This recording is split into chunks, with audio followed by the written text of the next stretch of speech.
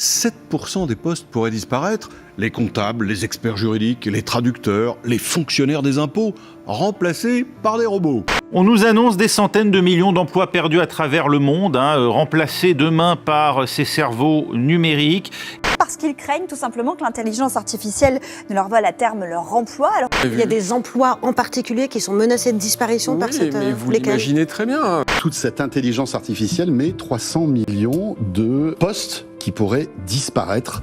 Imaginez un instant que l'intelligence artificielle puisse décider de votre avenir professionnel. Serait-ce une révolution ou un cauchemar ? En quelques mois seulement, l'IA est passée du stade de jouet amusant à une menace qui pourrait bien bouleverser notre vie quotidienne et surtout notre travail. De nombreuses personnes, peut-être même vous, craignent désormais pour leur emploi. Cette peur n'est pas nouvelle. Elle a traversé les époques depuis la révolution industrielle. L'automatisation intelligente est dans l'air depuis des années, mais avec des avancées récentes telles que ChatGPT ou Midjourney, cette menace est devenue plus tangible que jamais. Chaque jour, les médias nous bombardent d'articles alarmistes sur les dangers que courent les artistes, les designers, les développeurs, les comptables et bien d'autres professions encore. Quels emplois sont voués à disparaître et lesquels vont prospérer face à l'essor de l'IA? Et surtout, comment vous pouvez déterminer si vous êtes concerné et vous adapter en conséquence? Commençons par deux exemples du passé.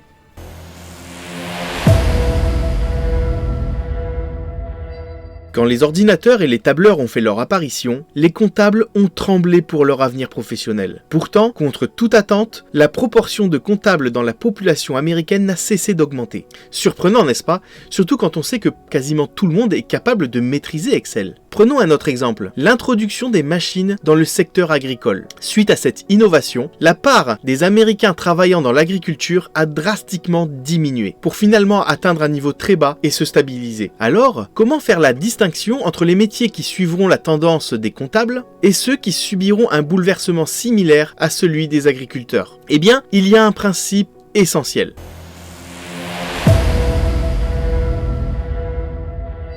Au cours des 2 derniers siècles, la technologie a considérablement amélioré la productivité industrielle. Prenons l'exemple du secteur textile. Autrefois, les travailleurs mettaient plusieurs jours pour confectionner un vêtement, ce qui rendait le coût très élevé et inabordable pour la majorité. L'automatisation a permis de réduire le temps de fabrication et par conséquent le coût. Les gens ont alors pu acheter davantage de vêtements, entraînant une forte augmentation de la demande. En conséquence, l'industrie a dû embaucher plus de travailleurs pour répondre à cette demande croissante. Ainsi, on peut dire que l'automatisation améliore la productivité, ce qui fait baisser le coût du produit. En présence de concurrence, les prix diminuent et la qualité augmente. Le produit devient abordable et attrayant et la demande explose. Cela crée beaucoup d'emplois pour faire face à cette demande, car rien n'est jamais entièrement automatisé. Cependant, à un certain point, la demande se sature. Les gens ne veulent plus de davantage de produits et cessent d'en acheter. Vous n'achèteriez pas une palette de pantalons parce qu'ils sont 30 fois moins chers qu'avant. La productivité, quant à elle, continue de s'améliorer, entraînant une diminution de l'emploi. C'est exactement ce qui s'est passé dans les secteurs du textile, de la métallurgie, de l'automobile, de l'agriculture, où la main-d'œuvre a d'abord explosé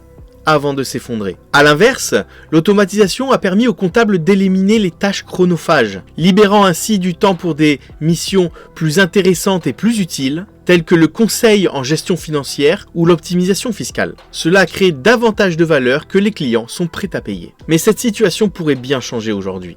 Voici donc les 2 forces qui vont déterminer si l'IA entraînera la création ou la destruction d'emplois. Gardez-les bien en tête et analysez votre métier à leur lumière.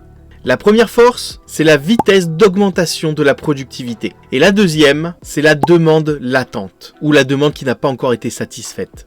Si la demande latente est forte, vous pouvez continuer à inonder le marché avec une productivité accrue, car il absorbera entièrement cette offre. En revanche, si la demande latente est faible, l'augmentation de la productivité la couvrira. Et si celle-ci augmente très rapidement, la demande sera submergée par l'offre et les emplois commenceront à disparaître.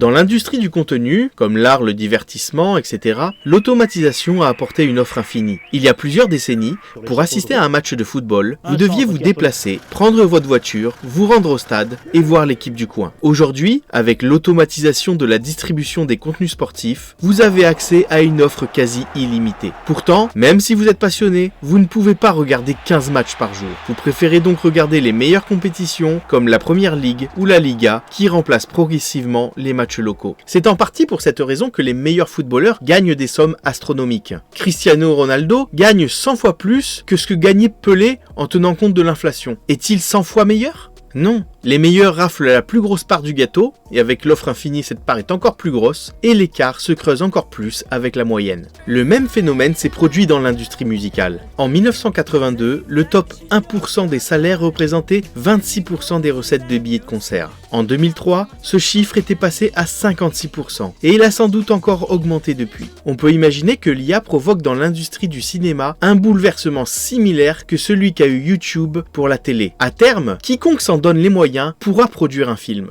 L'offre inondera le marché, les meilleurs créeront des empires à l'image de MrBeast, tandis que les autres disparaîtront dans la masse. Certaines entreprises gagneront des millions en fournissant des outils à ces créateurs. Les meilleurs deviendront des superstars millionnaires. Les perdants seront les créateurs moyens, les écrivains moyens, les chanteurs moyens, les musiciens moyens, et ainsi de suite. Mais les autres grands gagnants seront les consommateurs, qui auront accès à un contenu de meilleure qualité et moins cher. Mais ils pourront aussi profiter d'un autre avantage.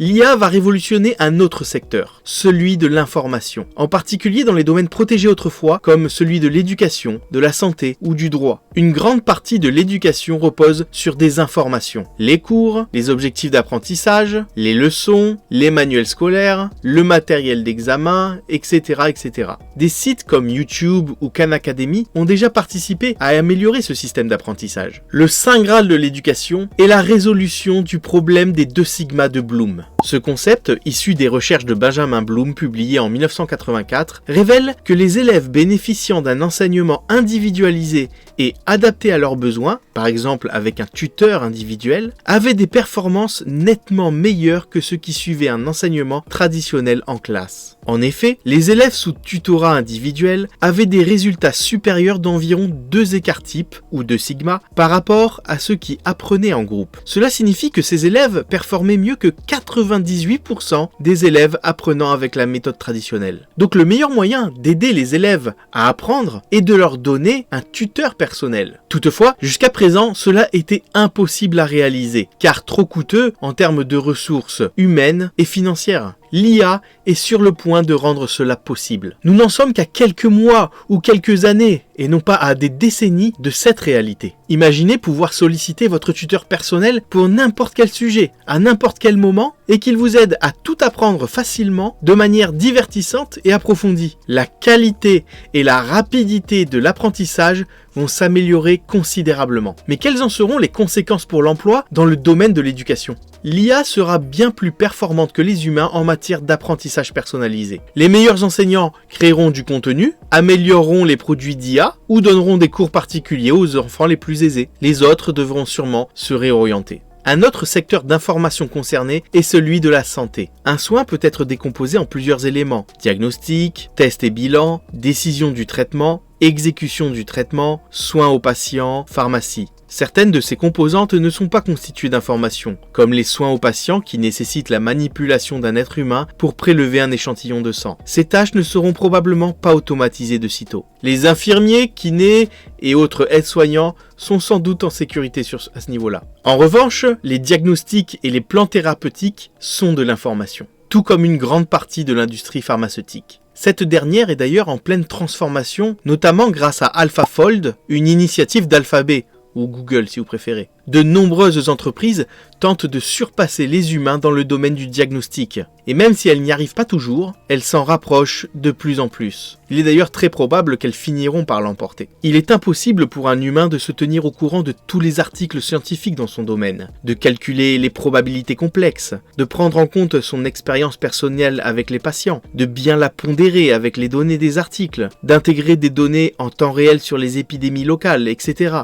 En revanche, cela ne pose pas de problème à l'IA. Il suffit juste de la former. Paradoxalement, cela risque de créer de nombreux emplois dans le domaine de la santé dans les années à venir, car il y a une forte demande latente. L'accès aux soins devient de plus en plus compliqué et la qualité se dégrade. Le matériel est vieillissant et les médecins mal payés car le système n'a plus de budget. Pour accéder aux meilleurs spécialistes et donc aux meilleures informations, il faut souvent payer très cher. Imaginez plutôt si une IA personnalisée disposait de plusieurs années de vos données biométriques, de tous les articles scientifiques du monde, de toutes leurs données sous-jacentes, et qu'elle était connectée à Internet pour connaître tout ce qui se passe en temps réel dans le monde. Elle pourrait alors vous dire « Vous avez 67% de chances d'avoir un picornavirus.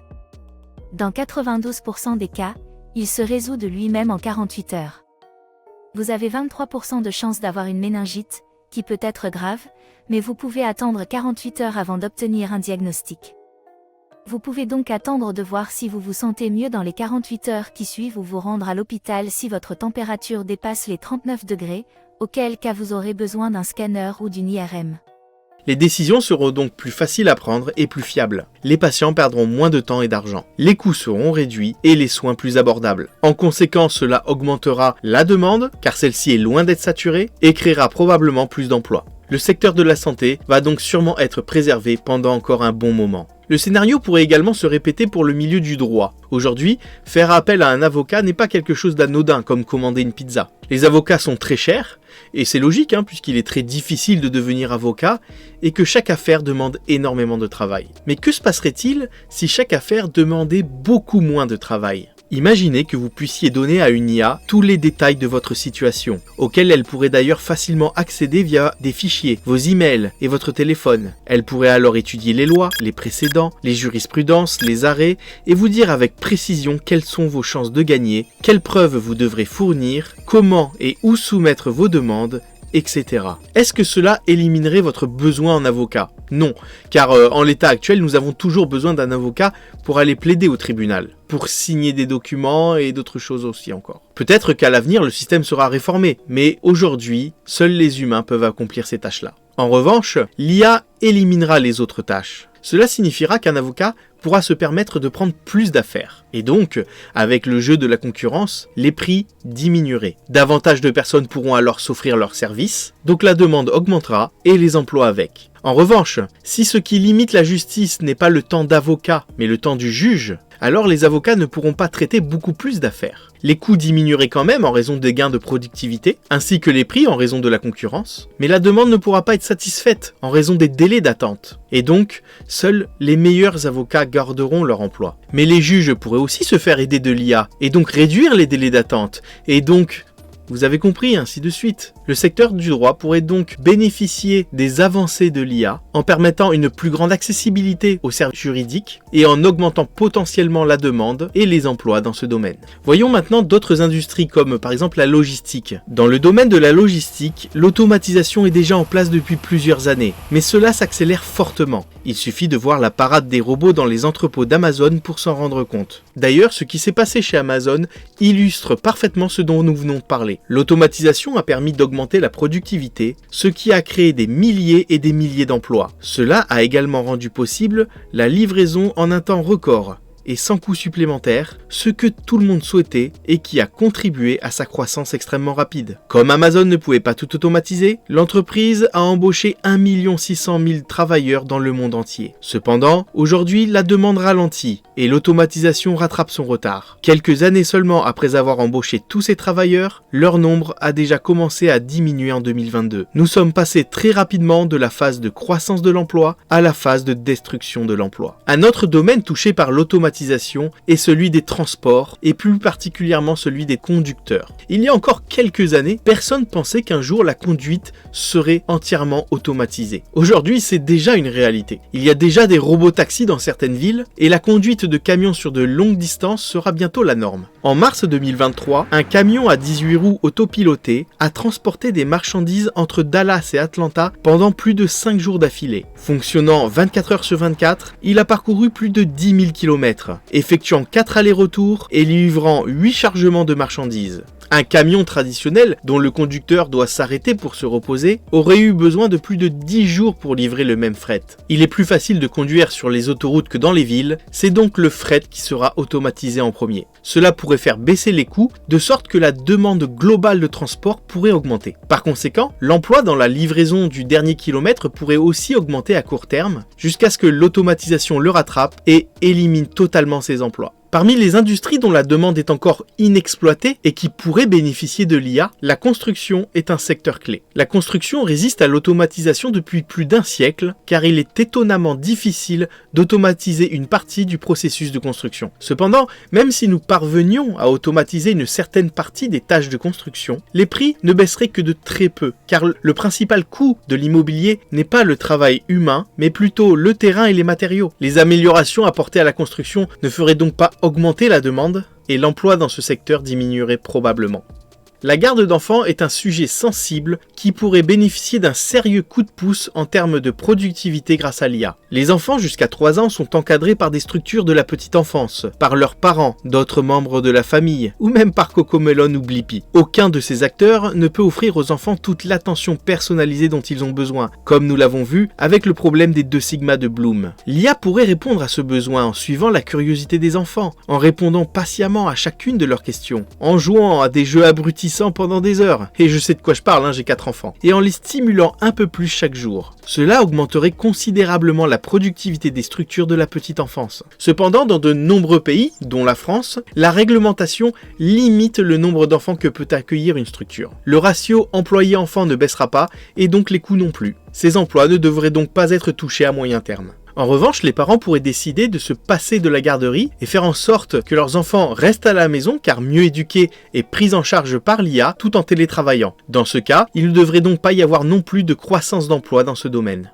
Depuis l'industrialisation, le prix des biens a généralement tendance à diminuer avec le temps grâce à l'automatisation, la délocalisation et les économies d'échelle. En revanche, les services sont plus difficiles à automatiser et leurs prix ont tendance à augmenter avec le temps. Certains secteurs comme l'éducation, la santé et la logistique pourront être automatisés, tandis que d'autres, nécessitant une robotique avancée, prendront plus de temps comme les soins infirmiers. Nous l'avons vu, il existe un risque important de destruction d'emplois. Mais qu'en est-il des nouvelles industries? Les emplois qu'elles généreront arriveront-elles à combler ce vide? Il est aujourd'hui plus facile que jamais de créer une entreprise, et cela le sera encore davantage avec l'IA. Les coûts en matière de codage, de conception, d'analyse, de génération de contenu, de marketing et de services clients sont en baisse, et continueront de baisser. Créer une entreprise qui génère des millions est à la portée maintenant de quiconque a une bonne idée et la volonté de la concrétiser. Cependant, ces entreprises n'emploieront sûrement pas beaucoup de personnel en raison de leur productivité. S'ils peuvent démarrer seuls, c'est parce que toutes ces fonctions sont automatisables. Il sera peut-être utile, bien sûr, d'embaucher certaines personnes pour faire évoluer l'entreprise, mais pas des centaines de milliers de personnes. Au final, nous aurons sûrement beaucoup plus de fondateurs milliardaires, des employés millionnaires au début de leur carrière, mais pas grand-chose de plus. Il n'y aura sûrement plus de répartition de salaires comme celle permise par des grandes entreprises comme Google, Facebook, Microsoft qui emploient des milliers de personnes et qui les payent avec de très bons salaires. Nous nous dirigeons vers un monde où les fondateurs et les employés seront de plus en plus des superstars. Mais la création d'emplois au sein de ces nouvelles industries pourrait ne pas suffire à combler le vide laissé par les pertes d'emplois dues à l'automatisation et à l'IA. En conclusion, si votre travail est principalement intellectuel et non réglementé, il est clairement menacé. Dans ce cas, vous pouvez soit prendre le train de l'IA et commencer à utiliser ces outils pour exploser votre productivité, voire même créer votre entreprise, soit attendre que l'IA prenne votre boulot. Mais est-ce qu'il y a urgence ? À quelle vitesse ça va arriver ? Eh bien, ça sera l'objet d'une prochaine vidéo. Abonne-toi si tu ne veux pas la manquer.